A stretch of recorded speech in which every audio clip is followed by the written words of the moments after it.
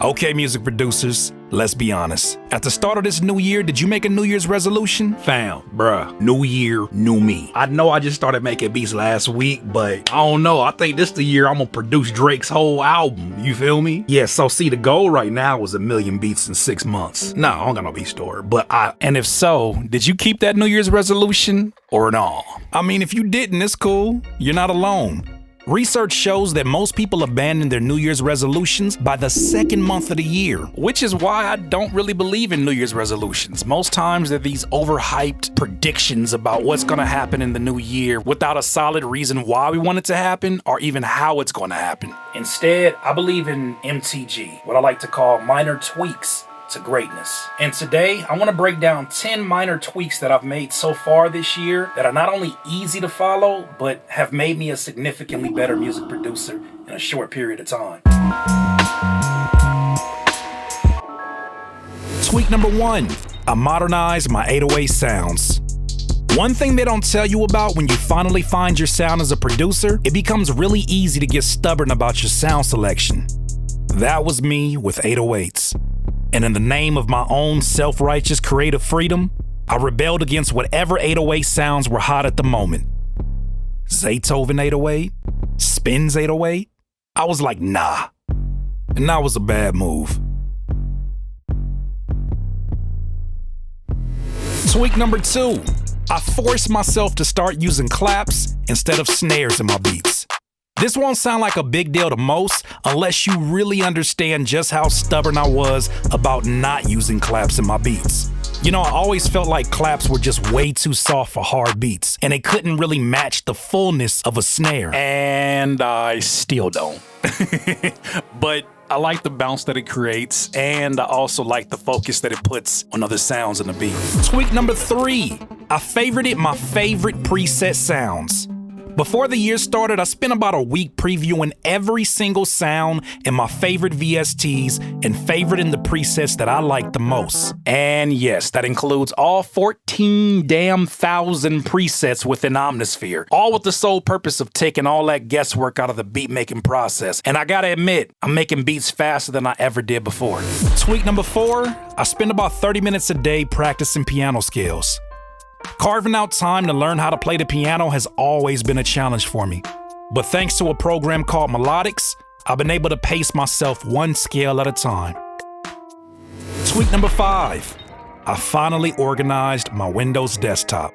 In the past, my computer desktop has been notorious for being cluttered and disorganized. To fix that, I made my Windows desktop look more like my iPhone. This meant every single folder now has a fun custom icon that I created using a website called icoconvert.com. Now it's so much easier for me to find and keep up with the files that I need to make music.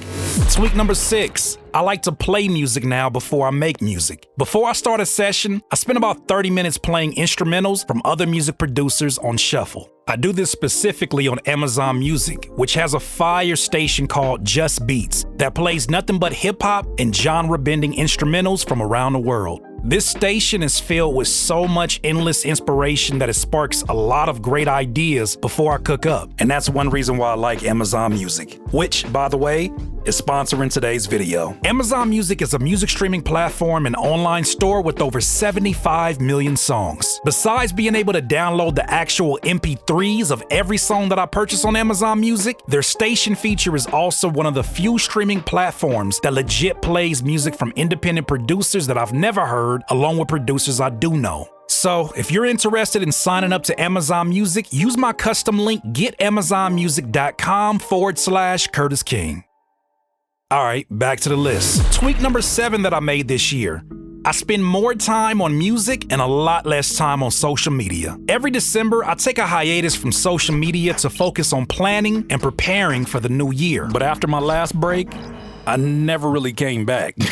The amount of clarity and just pure fun that I was having being creative offline kind of made me not want to go back unless it was absolutely necessary. That decision is partly the reason why these YouTube videos keep getting better and better. You're welcome. Tweak number 8. I like to meditate 2 times a day in the metaverse. Ooh. It's no mystery to anyone that subscribes to this channel that I'm big on morning meditation, especially to help with my anxiety throughout the day. However, ever since I copped the Oculus Quest VR headset and downloaded this meditation app called Trip, it's got me not only meditating in the morning, but also at lunchtime when I feel my creativity needs a little bit of a boost. As our lives evolve, and we are in the stream of a busy life. And tweak number 9, I take guilt-free breaks and naps.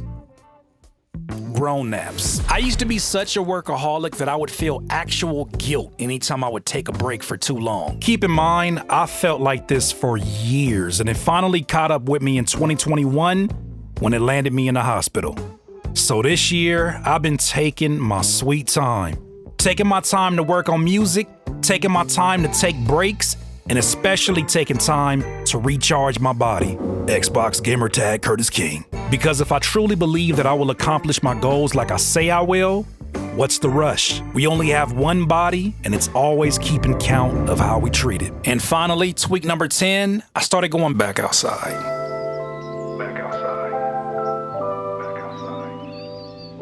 And I never let at least 2 days go by without at least taking a walk outside.